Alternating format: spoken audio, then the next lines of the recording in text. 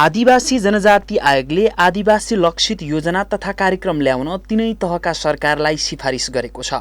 राष्ट्रिय विकासमा आदिवासी जनजातिको योगदान जुटाउन र आदिवासीको सिपको प्रवर्धनका लागि आयोगले सङ्घ, प्रदेश र स्थानीय सरकारलाई सिफारिस गरेको हो। यसै साता नेपाल आदिवासी जनजाति महासङ्घका पदाधिकारीहरूसँग अन्तर्क्रिया गर्दै आयोगले जानकारी दिएको हो। आयोगका अध्यक्ष रामबहादुर थापा मगरले आदिवासी जनजातिको सशक्तिकरणका लागि तीनै तहका सरकारबाट योजना तथा कार्यक्रम आउन नसकेको हुँदा यो सिफारिस गरिएको बताउनुभयो। पालिका प्रमुखलाई चाहिँ थुनिदिने यहाँ छुट्याउनै पर्छ भन्ने अब हामी त गरिराख्न सक्दैनौँ। त्यो तपाईँहरूको काम हो।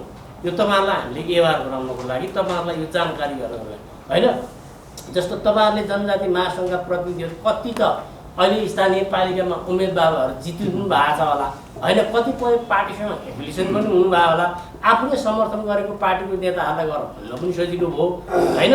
यो अथवा होइन भने पनि तपाईँको त्यो सरकार त अब भएन नि, एउटा पार्टीको भएन नि, सबै तपाईँको जनताको भयो नि। त्यस कारणले आदिवासी जनजाति लक्षित कार्यक्रमहरू चाहिँ अनिवार्य रूपले ल्याउनुपर्छ भनेर भन्ने। अब यो भरिसक्यो तपाईँको चाहिँ अब कति बजेट गर्ने भन्ने विषयमा पनि हामीले छलफल गरेका थियौँ। अब टेन्टेटिभली अहिले हाम्रो सचिवजीले भन्नुहुन्छ होइन, हामीले एउटा के भन्छ एउटा चाहिँ डिमार्केसन बनाएर 62-63 आन्दोलन पश्चात धेरै आदिवासी जनजातिहरूले चाहिँ तपाईँको के हो त भन्दाखेरि बजेट चाहिँ जीविसबाट, त्यतिखेरको जीविस थियो, त्यहाँबाट चाहिँ 15% जति, होल बजेटको 15% अथवा 10% गर्दाखेरि करोडौँ रुपियाँहरू चाहिँ सालन्ने गरेर चाहिँ आदिवासी जति लक्ष्य हो। तर तपाईँको चाहिँ 74 को निर्वाचन भइसकेपछि त्यो चाहिँ कार्यान्वयन भएन भन्ने सुनेको छु होइन। अहिले पनि तपाईँको के भने कतिपय पालिकाले जनजाति लक्षित कार्यक्रम राखे पनि, विकास राखे पनि जनजाति लक्षित भन्ने तर बाटोतिर खनिदिने होइन। यहाँ जनजाति हिँड्दैन र यो सबैको बाटो हो भन्ने होइन। त्यो बाटोको लागि त भौतिक पूर्वाधारको बेग्लै बजेट हुन्छ। आदिवासी जनजातिहरूको लागि छुट्याएको भनेको के भने उनीहरूको चेतनामूलक कार्यक्रम एउटा गर्ने, अर्को सिपमूलक कार्यक्रम गर्नुपर्ने, त्यसको लागि हो। त्यस कारणले त्यो चाहिँ हामीमा जनजाति महासङ्घको मान्छेहरूमा त्यो कुराहरू चाहिँ स्पष्ट नभएको हुनाले ल ठिकै छ हो, हामी पनि बाटो हिँड्नुपर्ने भनेर त्यसरी गयो। दोस्रो कुरा चाहिँ एक दुईवटा पालिकाको प्रमुखहरूले हामीलाई दिएको सूचना अनुसार के हो भने पैसा त छुट्याइदिया हो बजेट, तर कुनै पनि जनजाति संस्थाहरू कुनै पनि प्रोग्राम लिएर आउन आएनन्। त्यो भएको हुनाले यता अर्कोतिर खर्च गरिदिए भनेर भन्ने पनि छ। त्यस कारणले तपाईँहरूले यो बेलामा चाहिँ सबैले व्यवहार गरेर होइन। अब तपाईँहरूलाई आएको होला नि जनजाति महासङ्घले केन्द्रबाट चाहिँ पैसा दिएन, यो दिएदेखि हामी गर्थ्यौँ, यो गर्थ्यौँ भनेर तपाईँलाई तलबाट चाहिँ सूचना अथवा चाहिँ अनुरोध आएको होला होइन। यो के हो त भन्दाखेरि अब सबै पैसाहरू चाहिँ तपाईँको पालिकामा जान्छ, त्यही खोज्ने होइन, त्यही नै गर्ने। त्यस कारणले यस्ता कुराहरू चाहिँ हामीले गर्नुपर्छ र सबै जनजातिहरूलाई होइन हामीले एकपटक स्थानीय सरकारका प्रमुखहरूलाई पनि राखेर भन्छौँ होइन। तर सबैमा हुँदैन। फेरि हामीले अहिलेको मोडेल के गरेका छौँ भने एउटा जिल्लाको 4वटा पालिकामा होइन, तर एउटा जिल्लामा त 10वटा 8वटा पनि पालिकाहरू छन्। त्यो हामी सबै चाहिँ हाम्रो कन्सटेन्टली अलि नभ्याउने भएको हुनाले अलि मोडेलको रूपमा चाहिँ छानेर 4वटासम्म गर्ने भनिएको छ। आयोगले सबै स्थानीय तह र प्रदेश सरकारलाई नमुना कार्यक्रम र कार्य योजना पठाएको छ। सबै पालिकामा आदिवासी जनजातिको अवस्था अध्ययन गर्न, परम्परागत र सामुदायिक संरचनाको सुदृढीकरण गर्न आयोगको सिफारिसमा उल्लेख छ। लोपोन्मुख र अति सीमान्तीकरण आदिवासी जनजातिका लागि निशुल्क स्वास्थ्य बिमा कार्यक्रम र निशुल्क उच्च शिक्षा प्रदान गर्न, परम्परागत ज्ञान र सिपमा आधारित घरेलु वस्तुको व्यावसायिक उत्पादन र बजारीकरण गर्न पनि आयोगले सुझाएको छ। आयोगका सचिव कृष्ण प्रसाद तिमसिनाले आदिवासी जनजाति आयोगले आदिवासी जनजाति लक्षित नीति, कार्यक्रम र कार्य योजनाको पनि अनुगमन गर्ने बताउनुभयो। यसका लागि आयोगले 9 बुँदाको सूचक तयार गरेको छ। टोटल आदिवासी जनजाति भने 60 आदिवासी जनजाति छन् भने 60 अनुसूचित होइन 60 जनजाति मध्ये छन् भने तिनीहरूको चाहिँ टोटल जनसङ्ख्याको 10% चाहिँ कम्तीमा त्यो पालिकाले त्यो टार्गेटेड लक्षित कार्यक्रममा खर्च गर्नु पर्यो। अरू कामहरू पनि हुन्छन्, त्यो कार्यहरू पनि विकास निर्माणका अथवा अरू कामहरू पनि गर्नु पर्यो। ती कार्यक्रमका लागि हामीले सिफारिस गरेको यो जुन तपाईँहरूको हातमा छ।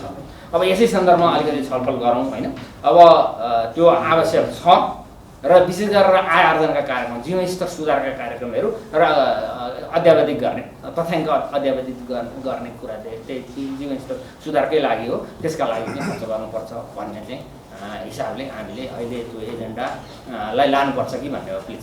सो प्रयोजनका लागि स्थानीय तहका नवनिर्वाचित जनप्रतिनिधिहरूसँग प्रदेश स्तरीय छलफल कार्यक्रम राखिएको उहाँले बताउनुभयो। संविधानमा भएको व्यवस्था अनुसार नै यो सिफारिस गरिएको र आयोगको सिफारिस बाध्यात्मक भएको सचिव तिमसेनाले बताउनुभयो। आयोगका पदाधिकारीले नेपाल आदिवासी जनजाति महासङ्घलाई स्थानीय तहको नीति तथा बजेट विनियोजनमा चनाखो भएर खबरदारी गर्न पनि आग्रह गरेको छ। सो अवसरमा नेपाल आदिवासी जनजाति महासङ्घका अध्यक्ष गेल्जे लामा शेर्पाले आदिवासी जनजाति आयोगको अभियान सकारात्मक भएको टिप्पणी गर्नुभएको थियो। उहाँले चाँडै महासङ्घका जिल्ला समन्वय परिषदलाई सक्रिय बनाउने र हरेक पालिका स्तरमा महासङ्घ गठन गर्दै जाने बताउनुभयो। नयाँ निर्वाचनपछि महासङ्घ अभिलेख निर्माण र कार्यालय व्यवस्थापनतर्फ लागेको बताउँदै आयोगसँग सहकार्य गर्ने बताउनुभयो।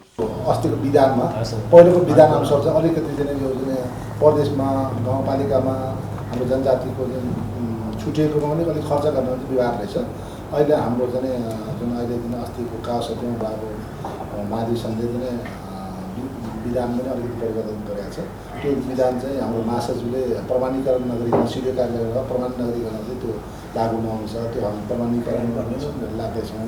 अरू रिनु भनेर हाम्रो संशोधन त भइसक्यो, तर त्यसलाई चाहिँ कार्यक्रममा आयोगका सदस्यहरूले आयोगको अभियान तथा सिफारिसका बारे बताउनु भएको थियो। जुन आफ्ना कार्यक्रमहरू कार्यान्वयन गर्नको लागि सरकारलाई सुझाव दिए हुने हो, त्यो औपचारिकतामा सीमित हुन्छ। त्यस कारणले गर्दाखेरि हाम्रो जुन कोर ग्रुप, जुन आधार के हो त आदिवासी जनजातिको आधार त आदिवासी जनजाति समुदाय नै हो।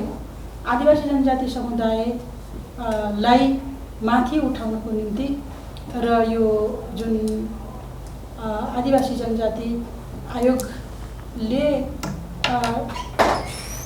आफ्नो जुन ऐन मुताबिक पाएको काम कर्तव्य र अधिकारको प्रयोग गर्ने सिलसिलामा सम्पूर्ण आदिवासीहरूको सहकार्यमा नै जुन एउटा सम्भावना रहेको हुनाले यहाँको उपस्थिति अत्यन्तै महत्त्वपूर्ण छ।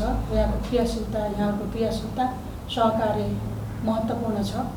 आयोगकी सदस्य राणाले स्थानीय सरकारको योजना तर्जुमा प्रक्रियामा टोल विकास संस्थाबाट नै आदिवासी जनजातिको सहभागिता हुनुपर्ने जोड दिनुभयो। आयोगका अर्का सदस्य डाक्टर मिन श्रीसले आदिवासीको योजना तथा कार्यक्रम भौतिक पूर्वाधार नभएर मूर्त तथा अमूर्त संस्कृतिको संरक्षण र ती सम्पदामा आदिवासीको अधिकारतर्फ ध्यान दिनुपर्ने बताउनुभयो। उत्पादनहरूमा त्यो सामूहिक ट्रेडमार्क सुरु गरेछ। त्यस्तै हामीले आदिवासी जनजाति समुदायमा त्यो परम्परागत सिप र ज्ञानमा आधारित त्यस्ता खालका उत्पादनहरूलाई सामूहिक ट्रेडमार्क लिएर त्यसलाई बजारीकरण गर्न सकिन्छ। त्यो भयो भने ट्रेडमार्क दिइसकेपछि त्यसले अरूले त्यो उत्पादन गर्न मिलेन, त्यो समुदायमा मात्र सीमित हुने भयो। जस्तै तपाईँको अब यो अहिले चाहिँ एउटा चाहिँ न्युजमा म हेरेको थिएँ, त्यो कोदोको रक्सी युकेमा चाहिँ ब्रान्ड गरेको छ र त्यो चाहिँ हुस्कीको रूपमा निकालेको छ। जस्तै अहिले भर्खरै यो यासाकुम भएको हुस्की त्यसले मार्केट लिएछ राम्रोसँग। यसलाई चाहिँ जस्तै अब कतिपय जनजाति समुदायमा एकदम राम्रो खालको जाँड बनाउने परम्परा छ। कुनै ठाउँमा त एकदम राम्रो खालको औषधि जन्ने, जस्तै महुवाको रक्सी भनौँ न, त्यो त औषधि जन्ने नै हो। त्यो ठाडो समाजमा बढी प्रचलित छ। त्यसलाई चाहिँ त्यो सामूहिक ट्रेडमार्कको व्यवस्था भयो भने त्यो अरू समुदायले उत्पादन गर्न पाइएन, त्यो समुदायमा त सीमित रहन्छ र त्यसको आय आर्जनको राम्रो व्यवस्था हुन्छ भन्ने हो। यो चाहिँ मानवशास्त्री डाक्टर मुक्तसिंह लामाले आदिवासीको भूमि, भूभाग र भूक्षेत्रमा अभ्यास गरिरहेको स्वशासन प्रथाजन्य संस्थाको विषय आयोगले उठाउनुपर्ने बताउनुभयो। उहाँले नेपाल आदिवासी जनजाति महासङ्घको पहलले मात्र समग्र आदिवासी अधिकार संरक्षण हुने धारणा राख्नु भएको थियो। आदिवासी जनजातिको अवस्थाको अध्ययन गर्ने भन्दा त्यहाँको जनसङ्ख्या कति छ, शैक्षिक स्तर के छ, स्वास्थ्य के छ, आय के छ, त्यो सबैको डाटाबेस त पालिकाले राख्नु पऱ्यो। त्यो राखेपछि बल्ल त्यसको आधारमा प्लानिङ गर्न, त्यसको आधारमा मोनिटरिङ गर्न सकिने भयो होइन। त्यो गर्दाखेरि यो किसिमको कुराहरू चाहिँ गर्नको निम्ति हामी पैसा दिन सक्छौँ भन्ने चाहिँ तपाईँले गर्दाखेरि राम्रो हुने। तर एउटा मेरो सजेसन चाहिँ के भन्दाखेरि यसलाई अब ऱ्यान्डमली आएको हो कि हुन त सबै कुरा छ यहाँ समेटिएको।